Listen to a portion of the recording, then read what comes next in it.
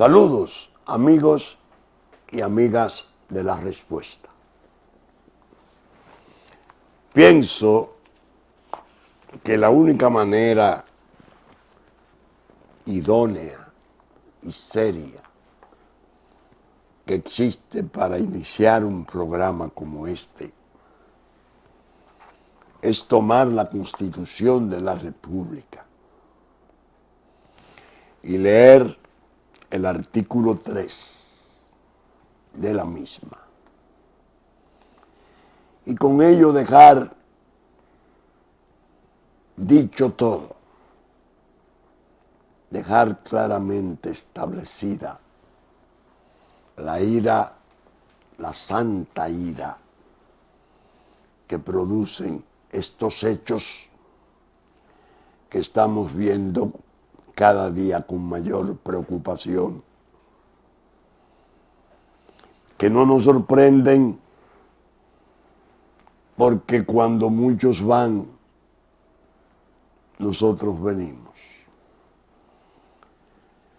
Particularmente yo que tengo décadas haciendo advertencias incesantes, a veces desesperadas, tratando de llamar la atención del pueblo nuestro y a la clase política advirtiéndole los inmensos peligros que se vienen cerniendo sobre la República desde hace muchos años,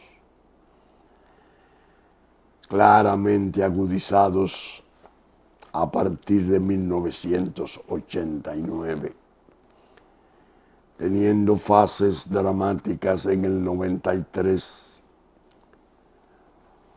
por sucesos acaecidos en Haití, en el 94 por sucesos acaecidos entre nosotros, y así 95, 96, 2000, hasta el presente.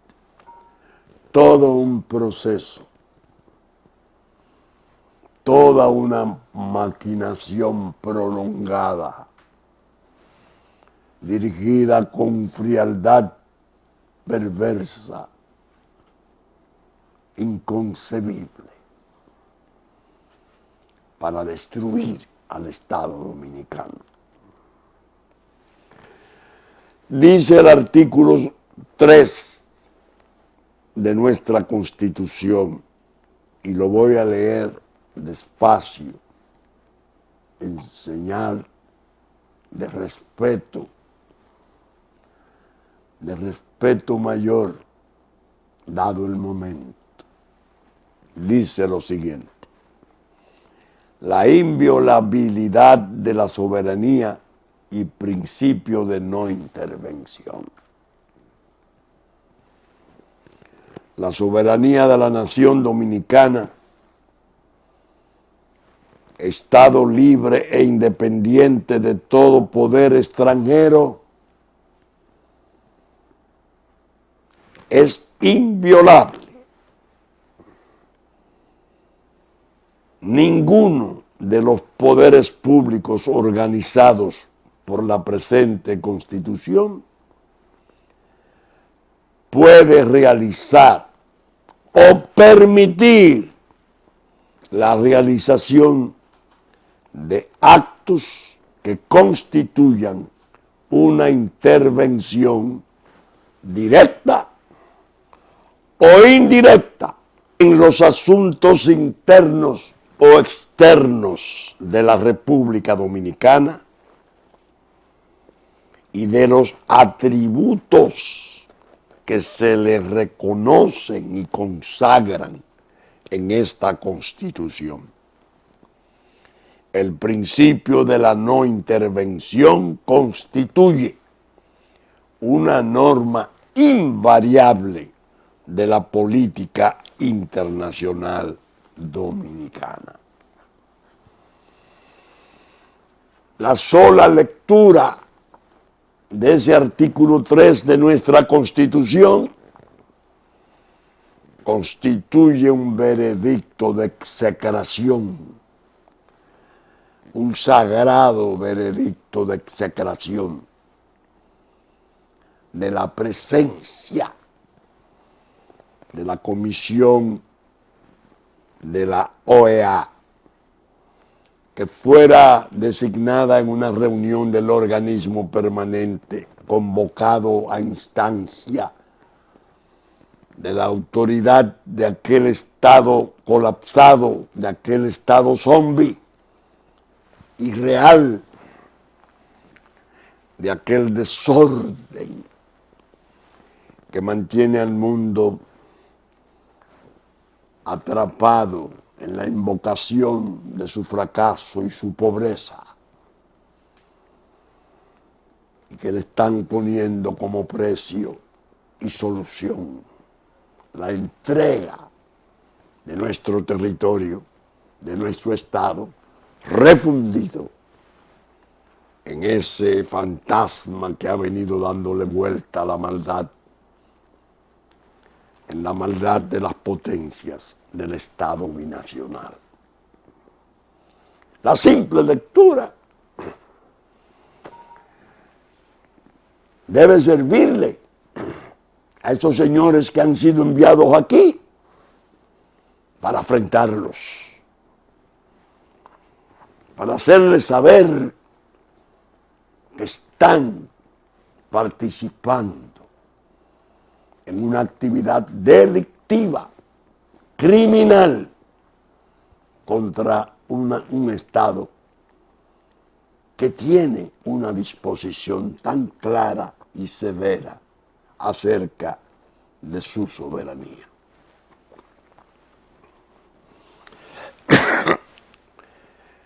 Ahora bien,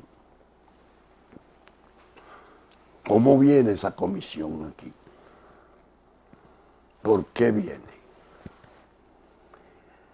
En circunstancias parecidas como viniera otra, la Comisión Interamericana de Derechos Humanos, hace algún tiempo,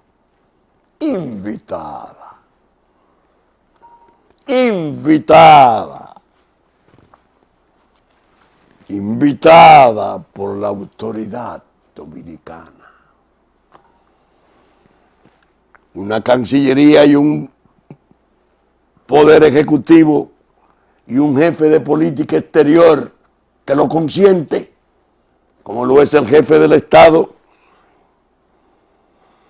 desoyen esta parte de esa disposición constitucional. Ninguno de los poderes públicos organizados por la presente Constitución puede realizar o permitir la realización de actos que constituyan una intervención directa o indirecta en los asuntos internos o externos de la República Dominicana y de los atributos relativos a identidad nacional, nacionalidad, todo lo concerniente a lo que compone el ámbito inmenso de la soberanía.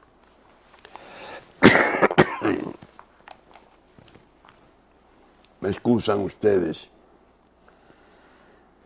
nuevamente por este ataque gripal que me ha recluido por varios días y que solo el deber me ha traído a realizar este programa.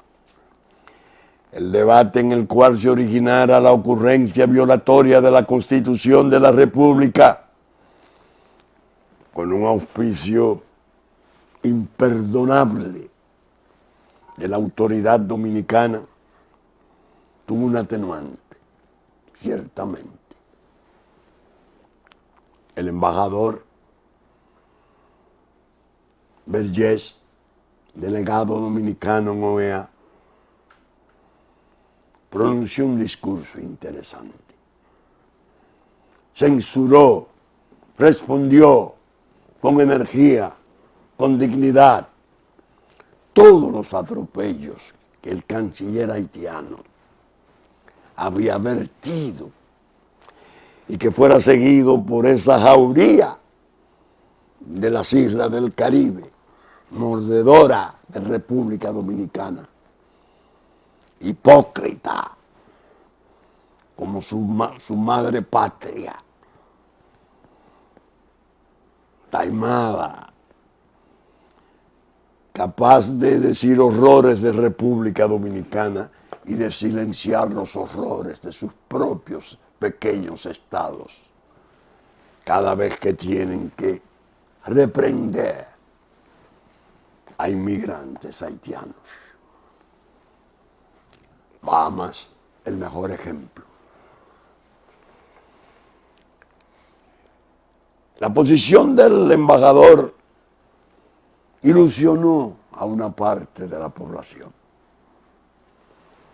Tuvo un efecto parecido al discurso del presidente Medina en La Habana. Pero ya el canciller Navarro había estado convocando supuestamente para informar, porque había la necesidad de informar a la comunidad hispanoamericana, a la comunidad americana, no hispanoamericana necesariamente. Y el Caribe, América del Sur, y América Central, y América del Norte, de lo bien que nos habíamos portado en el proceso de regularización. Pero la alegría de la población fue pasajera. Porque al contenido vigoroso del discurso de respuesta, de réplica, seguía la anuencia, seguía la sumisión, degradante sumisión. Aquí están. En el momento que esto se graba, viernes en la mañana, ya habían llegado con urgencia, porque se está hablando de una crisis humanitaria. Se ha preparado la atención mundial para atender a la posible explosión de un desastre inmenso, fruto de la persecución nuestra. Hay un fenómeno de apatridia generado, intolerable. Se están utilizando torturas, violaciones de derechos humanos, todas las falacias y mentiras que puede fraguar la conspiración contra la República Dominicana. No tiene una sola verdad la acusación que se nos hace. El embajador naturalmente tenía sus límites, porque sabemos que un embajador pronuncia un discurso, lee un discurso, si lo elaboró o no, pero tiene la indicación de su Cancillería. Hubiese sido de todos modos importante que él hubiese dicho que esa invitación que se le había formulado a venir a verificar, quería dejar bien claro que tendría que ser muy limitada, de pura observación, no mandatoria. Quizás eso lo hubiese podido dejado en mejores términos. Pero él tenía la indicación, quizás eso no estaba autorizado desde aquí. Porque por desgracia hemos estado haciendo una diplomacia de WhatsApp y de móviles. Es teledirigida. Ya vimos en la experiencia pasada a nuestro canciller, el pobre, diciéndole al embajador que ese no era el pensamiento del presidente Martelly. El canciller se encargó a la hora de venir a la convocatoria de ellos y decirle que apoyaba plenamente cuanto había dicho y que esa era la posición de Haití. En definitiva, una situación dolorosa. Dolorosa de altísimo peligro, porque están despertando, ya está despierto, el gigante de la dignidad dominicana. esa tolerancia que a ratos luce maliciosa y complicitaria del gobierno nuestro, aquel famoso diálogo histórico binacional, la generación de la nueva historia, los héroes vivos, forjadores de una nueva patria, echando por la borda a todos aquellos héroes muertos que nos fundaran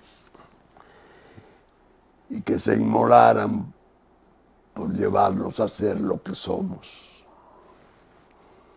Toda esa falsía, todo aquel aparataje engañoso se montaba sobre el trípode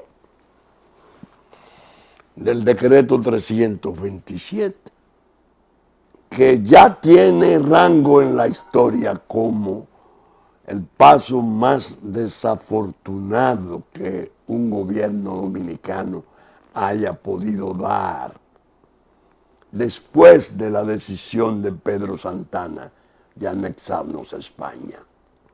Este es peor. Este es peor.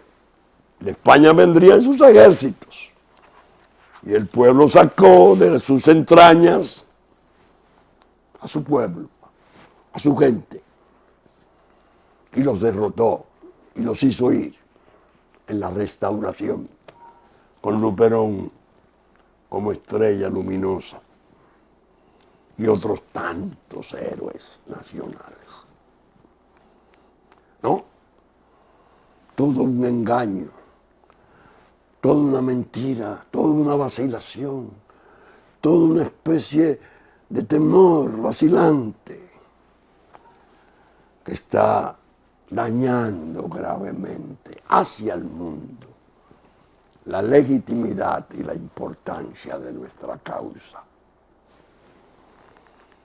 Presidente Danilo Medina, yo lo he estado alertando y advirtiendo desde aquí. Las consecuencias políticas, personales, todo lo relativo a su nombre histórico está terriblemente comprometido hacia la ruina con este estado de cosas. En esas condiciones y en ese, frente a un cúmulo de tantas circunstancias preocupantes, el hecho me sirvió para algo, para pensar, para reflexionar, leer, tratar de organizar cosas. Y me encontré con que algunos amigos que vinieran a verme entendieron que este programa se nutriría de mi respuesta al atrevimiento, al descaro del Procurador General de la República, que llegó a llamarme irresponsable por la propuesta que yo formulara en cuanto a organizar una estructura y poner a la cabeza de esa estructura de la defensa internacional nuestra a un hombre importantísimo nuestro, que ha sido 3 veces presidente de la República, con menos de 60 años y mayorías superiores al 50% de aprobación pública. Y que salieran por el mundo a tocar puertas, a explicar en los enclaves de poder del mundo, en los presidentes, en los jefes de Estado, en las organizaciones académicas, en las universidades, en los centros de poder y del conocimiento. Una propuesta sana, seria. Dice el Procurador General de la República, eso es una propuesta irresponsable, no sé qué otra cosa dijo. Los amigos creían que yo iba a utilizar el programa haciendo el recuento de Fomper y su sueño eterno en archivo, su catalepsia de Bywater, su catalepsia, Bywater, la de los 4 acueductos y los 12 millones de dólares de comisión del tiempo de gobierno de su primo, que yo iba a venir a responder con violencia y hablar de cuanto me pudo decir la familia del viceministro que fuera asesinado con su hijo y del papel del Ministerio Público en esa investigación tan deslucido, tan diferente al que la propia policía había encaminado. Y que vendría a hablar de Blas Olivo, que no tengo los datos más que lo que han dicho los muchachos del sindicato, que simplemente le pidieron que les llevaran a donde Danilo Medina, para ellos, a él solo poder decirle que estaba bajo amenazas de muerte y que era un crimen de Estado. Creyeron que yo venía a hablar del consulado de Nueva York, de la regularización de la identidad de Quirino Ernesto Paulino, hecha sin sentencia, por obra de la Procuraduría, de la carta del abogado Rullero a un procurador y a la propia presidenta Kimbabut, de la puesta en bóveda de la petición que hacía la Procuraduría a otra Procuraduría para que la Corte gestionara la información si ese hombre estaba en libertad, porque se necesitaba aquí. ¿Y para qué se le trajo? Dios mío, un horror. Creían que yo vendría con todos los bríos. Eso, no. Uno se asombró cuando yo le dije, mira, desde joven yo aprendí algo en una anécdota que fue muy simpática siempre y que se mantuvo en el imaginario público nuestro, el imaginario popular nuestro, por décadas. En la línea, en Montecristi, hubo un hombre de enorme valor. Sabemos que la línea es cantera de hombres de valor y de grandes glorias nuestras. Era un hombre de enorme valor y parece que de mucha prestancia y nobleza. Lo describen como muy apuesto, la admiración de todas las mujeres y el respeto de los hombres, porque era hombre de armas a tomar, el general Demetrio Rodríguez. Y que en una gallera, en una oportunidad, se armó una de esas disputas de la riña de gallos y una porquería de hombre, una porquerita de hombre.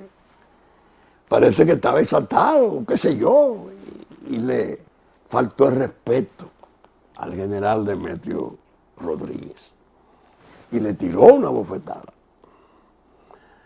Para sorpresa de todos, que entendían que intentar abofetear a Demetrio Rodríguez era un equivalente al suicidio, Demetrio se sonrió y no tuvo reacción frente a la porquerita de hombre que le hacía la ofensa o pretendía ofenderlo. Y le preguntaron luego, pero bueno, Demetrio, ¿y cómo tú dejaste que ese hombre te faltara el respeto? Y Demetrio respondió, es mejor así, dejen que lo salga a decir para que se rían de él o lo crean loco. Cuando Domínguez Brito dice que yo soy irresponsable, óigame, pensé en Demetrio Rodríguez y en la porquerita del hombre que le faltara el respeto, que lo salga a decir, para que sea objeto de burla, de mofa pública. Pero bien, esto es meramente anecdótico en medio de esta trifulca nacional tan delicada y peligrosa. ¿Qué hice en el lecho de mi gripe? Me puse a leer documentos y revisé mi correspondencia con Leonel Fernández y Danilo Medina, especialmente las comunes, las cartas comunes que les envié. Y en realidad me sentí conmovido por cosas que pude encontrar en una de ellas. Pero voy brevemente a dedicarle el programa a esa correspondencia, citando solo, espigando, porque por razones de tiempo no podría leerlas. Se van a editar como folleto y se van a subir a la página de la Fuerza Nacional Progresista, porque hemos llegado a la conclusión de que ya es hora de hacerlo. Si yo estoy tomando una iniciativa de defensa nacional como la que he asumido, si estoy clamando porque Danilo Medina tenga un gran gesto, el bello gesto que diferencia a los hombres superiores de los hombres comunes. Uno de ellos es el perdón y la reconciliación. En el momento que yo propongo eso, aparecen voces capaces de poner en entredicho la idoneidad, la seriedad de mis propósitos. Hay que ya publicar y difundir todo cuanto yo dije antes para poder llegar a eso. La autoridad moral que me da haber advertido tanto sobre la dificultad inmensa que nos traería el desencuentro, la separación entre esos dos jóvenes líderes nacionales. Sería la mejor manera de responder a esa gente que anda tratando de minimizar, de desviar, de retorcer la realidad de mis propósitos. Yo lo advertí. Habría amiguetes del presidente Medina que le dirían, eso es una malicia, eso es quitándole el liderazgo a usted, eso es humillándolo, le están diciendo que usted no tiene preparación, que el que tiene la preparación es el otro. Dios mío. Porque es la máquina que da la intriga política. Y la misma gente que participó en el desencuentro, la misma gente que me ganó, porque mi lucha fue estéril, no lo pude conciliar, se aterroriza en un momento en que vienen los sucesos de Haití, generan la emergencia nacional y mi voz se levanta diciendo, júntense que aún hay tiempo. Pero esa es la destrucción y la derrota del programa, aquel de exterminio de Leonel Fernández.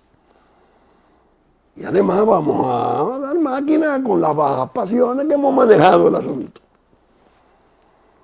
Y ya veremos qué hacemos con la República. La verdad que uno aprende, la vida le vive enseñando, hasta el último día de la vida uno llega aprendiendo. En esas condiciones yo revisé las posibles motivaciones de mi propuesta. ¿Por qué Leonel? Y viene alguien de la familia muy joven y me dice, mire, usted habló de la cultura.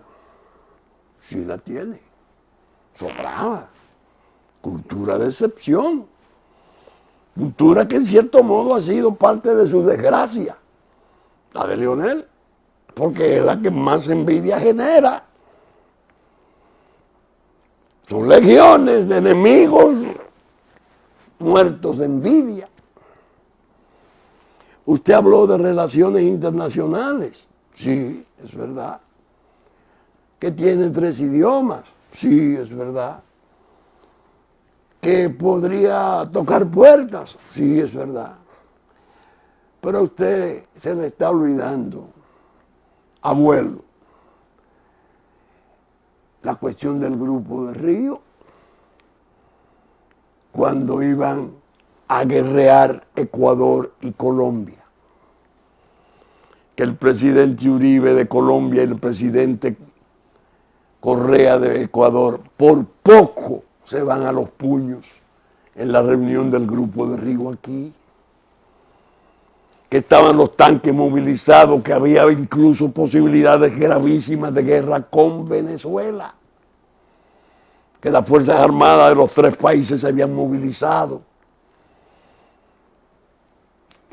Digo, Dios mío. Pero yo estaba ahí. Yo estaba detrás de Leonel Fernández, que estaba al lado de Cristina Fernández. Yo lo viví todo.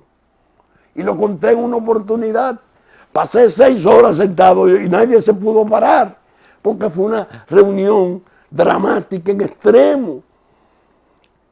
Y Leonel Fernández logró la pacificación, el acuerdo, que ya en horas de la tarde eso terminara en un abrazo, en unos reconocimientos básicos, sin perder sus posiciones cada quien. Eso me lo recordó un nieto. Yo lo había perdido. Es decir, hay un antecedente de ese hombre en el plano internacional, siendo de enorme utilidad. Pero bien, vuelvo a mis cartas. Porque, como dije, el hecho me permitió leerlas y razonarlas. Me encontré con una del 25 de agosto del año 2008. Solo voy a leer algunos parrafitos, porque hay otras. Y le decía, 25 de agosto del 2008,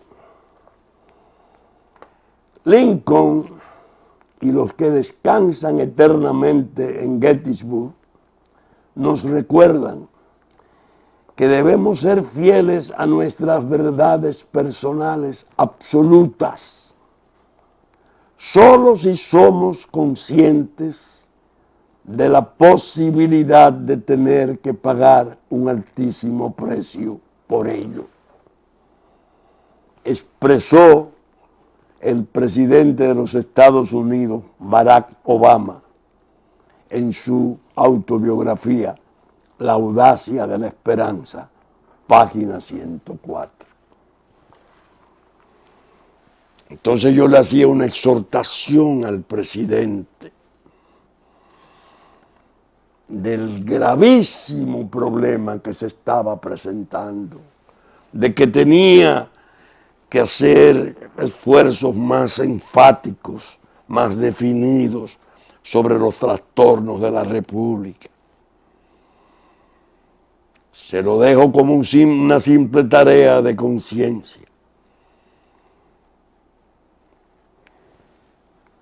Desde el 8 ya yo les reclamaba alerta especial sobre los problemas. Pero fue en la del 2 de octubre del 14, que fue común a ambos, presidente de la República, presidente del partido, donde yo creo que logré vaciar mejor el fundamento profundo, irremovible, de mis presentimientos y preocupaciones.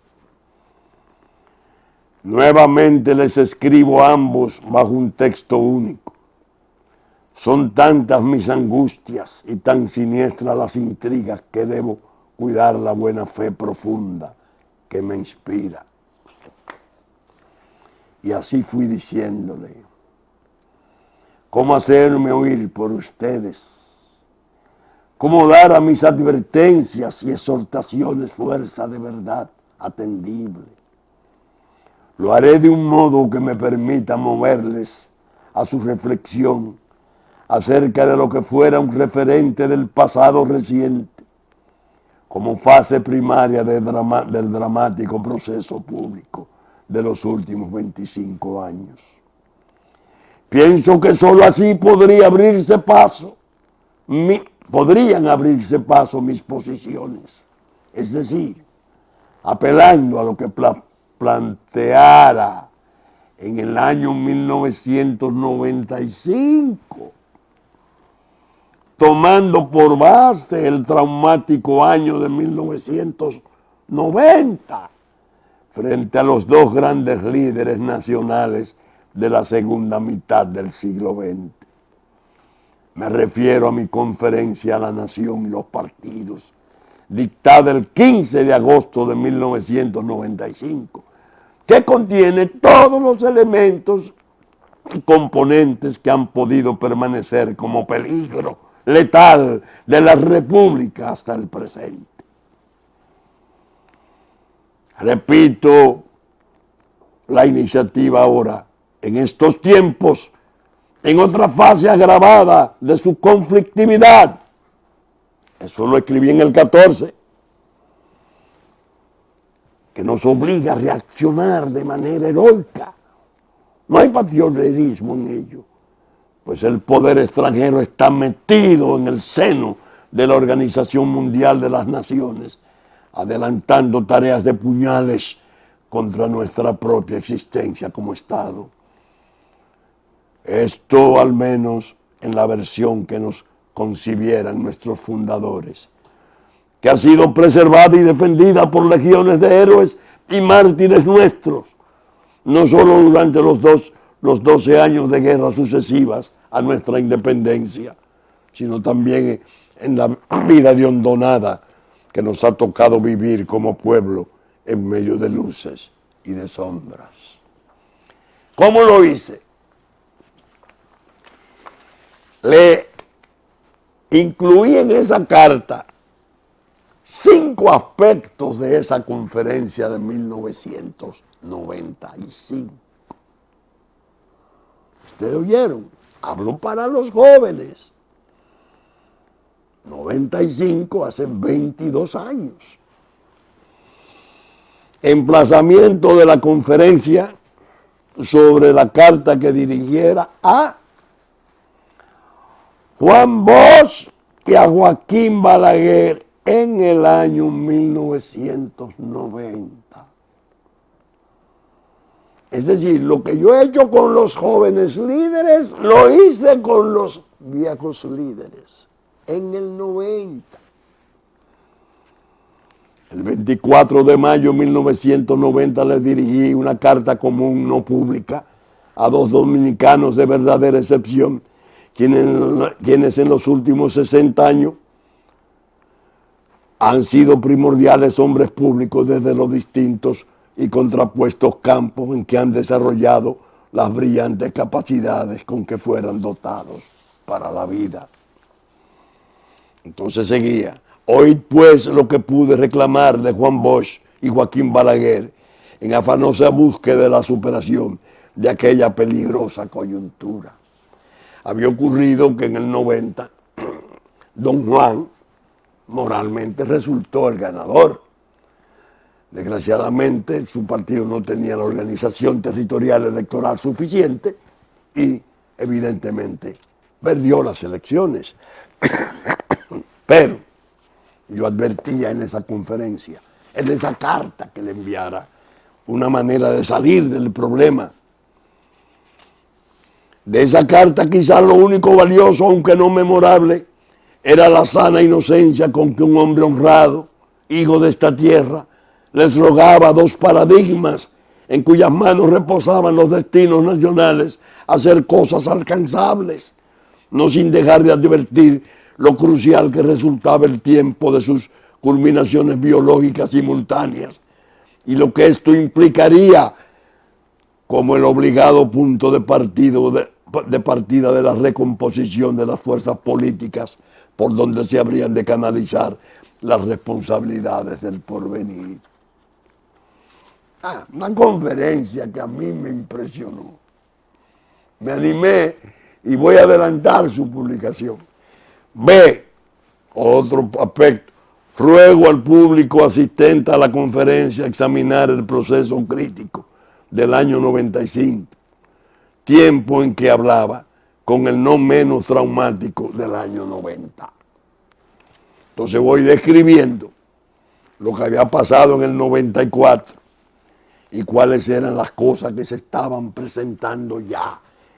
Y ese poder extranjero depredando las instituciones, estuprando la Constitución con su fórmula para hacer esto que finalmente termina siendo en el tiempo de los líderes jóvenes.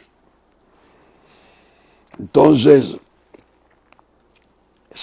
reflexiones de por qué el poder extranjero avanzó tanto en el año 95, por no haber podido nosotros buscar una salida netamente nacional a la crisis del año 90, conforme a mi propuesta a los líderes paradigmáticos relacionada a una nueva elección solo para presidente a manera de segunda vuelta restringida conforme a los textos constitucionales de entonces. En la carta esa del 90 yo le decía a ambos que como había sido tan cerrado el resultado electoral, la Constitución tenía elementos para poder realizar una nueva elección, solo en el plano presidencial, pero que eso iba a evitar muchas cosas que luego vinieron. Desde luego no me hicieron caso. Entonces yo ahí en esa conferencia explico qué hubiera ocurrido si me hubiesen hecho caso en esto. En el año 94, otro hizo estupro constitucional. Todo ello en medio de los estremecimientos de una administración sacudida por prácticas de corrupción escandalosas y generalizadas, tan graves como la de la anterior administración, cuya impunidad se fue consolidando con el tiempo como un siniestro método de garantizar la impunidad propia. Esto es a Balaguer, y decía, relatar cuánto se hizo desde la prensa extranjera a la cabeza de los grandes diarios de Estados Unidos y Francia, así como desde el Departamento de Estado, la OEA y la ONU, sin dejar de terciar la Casa Blanca, para preparar la opinión pública mundial, a fin de hacer verosímil, cuando no inminente, una eventual intervención de fuerzas multinacionales, previas amenazas de bloqueo y embargo. Relatar tales cosas sería imposible, dado lo profuso que fuera la conjura de tan agresivos intereses. Describir asimismo cómo en el medio nacional se conjugaron la cobardía, el oportunismo, el odio, el logrerismo y la ingenuidad para hacer la caja de resonancia de las presiones extranjeras y culminar con el golpe de Estado constitucional que fuera el llamado Pacto de la Democracia. Requeriría un espacio de tratado o de un libro para el infortunio. Ahí hay párrafos luminosos. Me sentí sanamente satisfecho, cuando no orgulloso, de esa conferencia. Cuarta cita. Se hizo un alto en la conferencia para hablar de una cita familiar de connotación política e histórica importante. En esa conferencia yo relaté aquel evento de la visita del doctor Alfonseca en el año 1927 a mi casa en San Francisco de Macorís, pidiéndole a mi padre que terciara en la polémica que había en cuanto a si era viable la prórroga de Horacio Vázquez, que yo he contado otras veces. Quinto, la crisis del 94, sus lecciones, descripción de algunas de sus variables y llamado a los dos líderes paradigmáticos. Óigame, es opinar en estos momentos, fácil es advertirlo, significa abrirse paso entre hechos y circunstancias que están en curso vivamente, humeantes. Lo lógico sería hacerse la obligada pregunta, hecha en otros contextos históricos, ¿qué hacer? Lo más fácil sería gritar, unirnos, pero ha sido nuestra maldición hacer esto en muy pocas veces. No podríamos jamás acertar si desconocemos por ignorancia, oportunismo grima o conveniencia cuanto ocurre, sobre todo sin interesarnos por saber del linaje o naturaleza de los sucesos.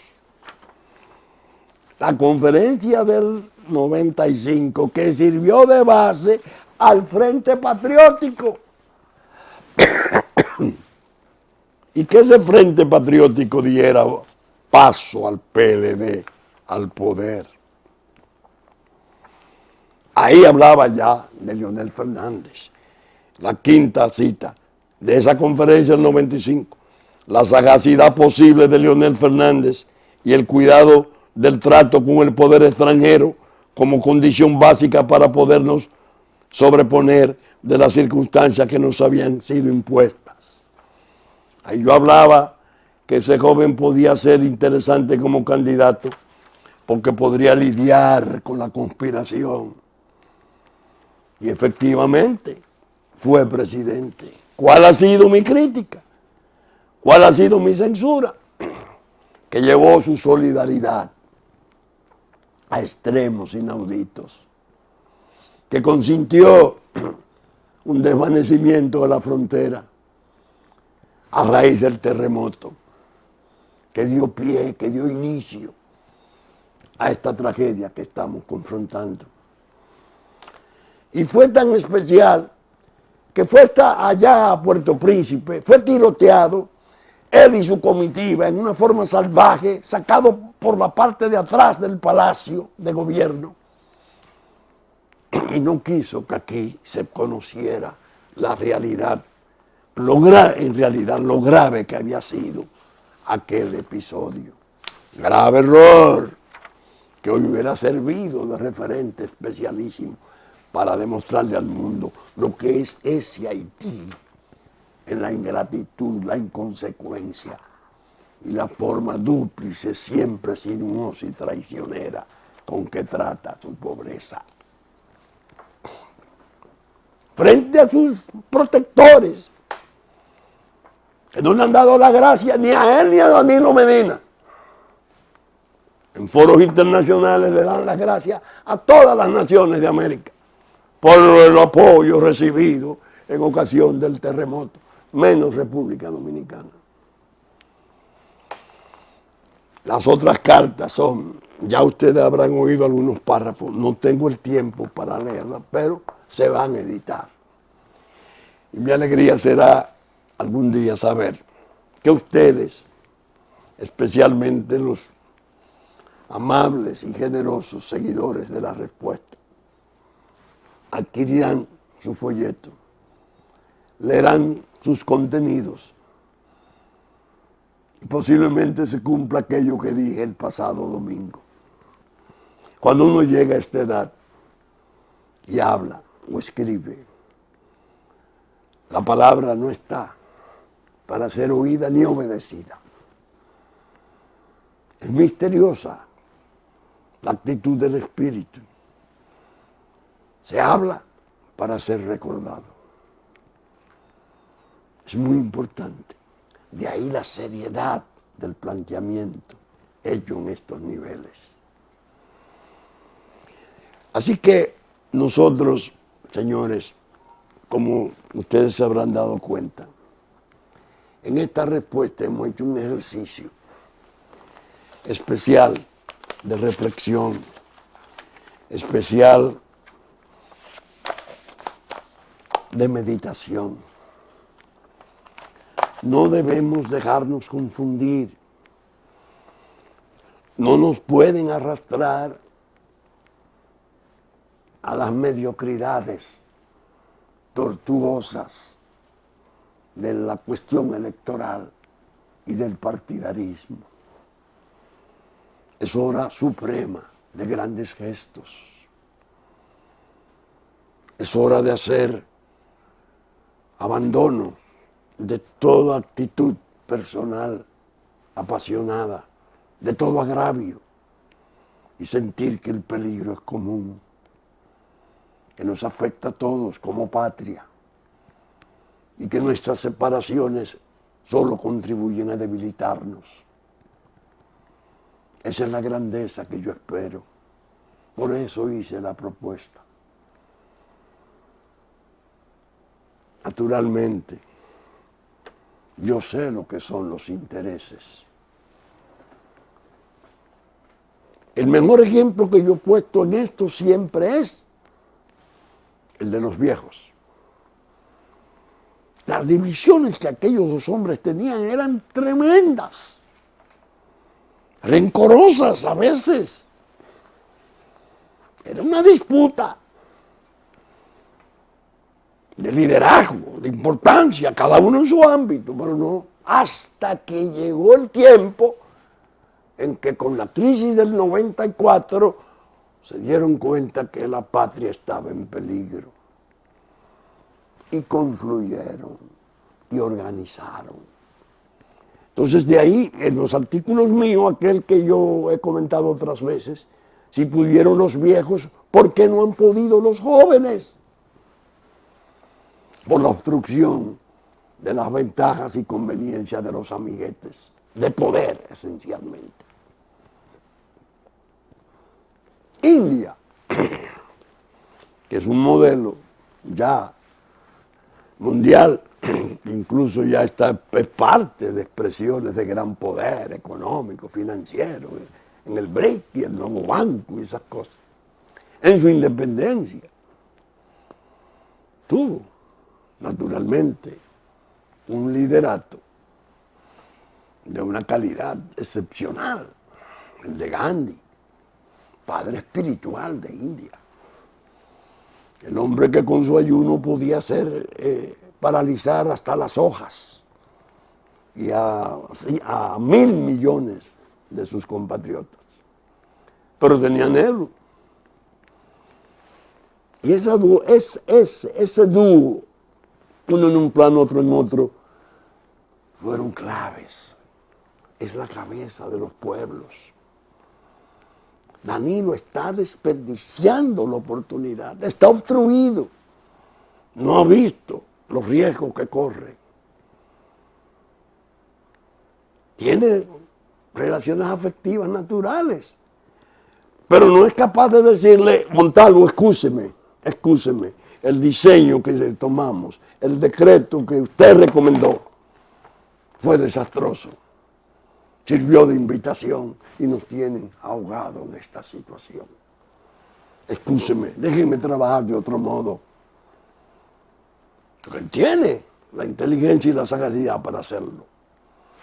Vengan mis amigos, venga César Pina, venga Albuquerque, venga Franklin Almeida, mis compañeros. Sentémonos. ¿Qué está pasando? Algo grave. Vamos a responder, vamos a dar la unidad. Estados Unidos, que se tiene como un paradigma para todas estas prácticas políticas, en sus crisis graves de guerra, apela a sus expresidentes. Se reúnen y le dan misiones. ¿De dónde sale la extravagancia de que yo estoy proponiendo una especie como la de Efesio? Que eso no tiene sentido. Pero bien, excúsenme nuevamente porque he estado haciendo el programa. No sé cómo le llaman a esta gripe. Cada quien tiene su preferencia en los nombres.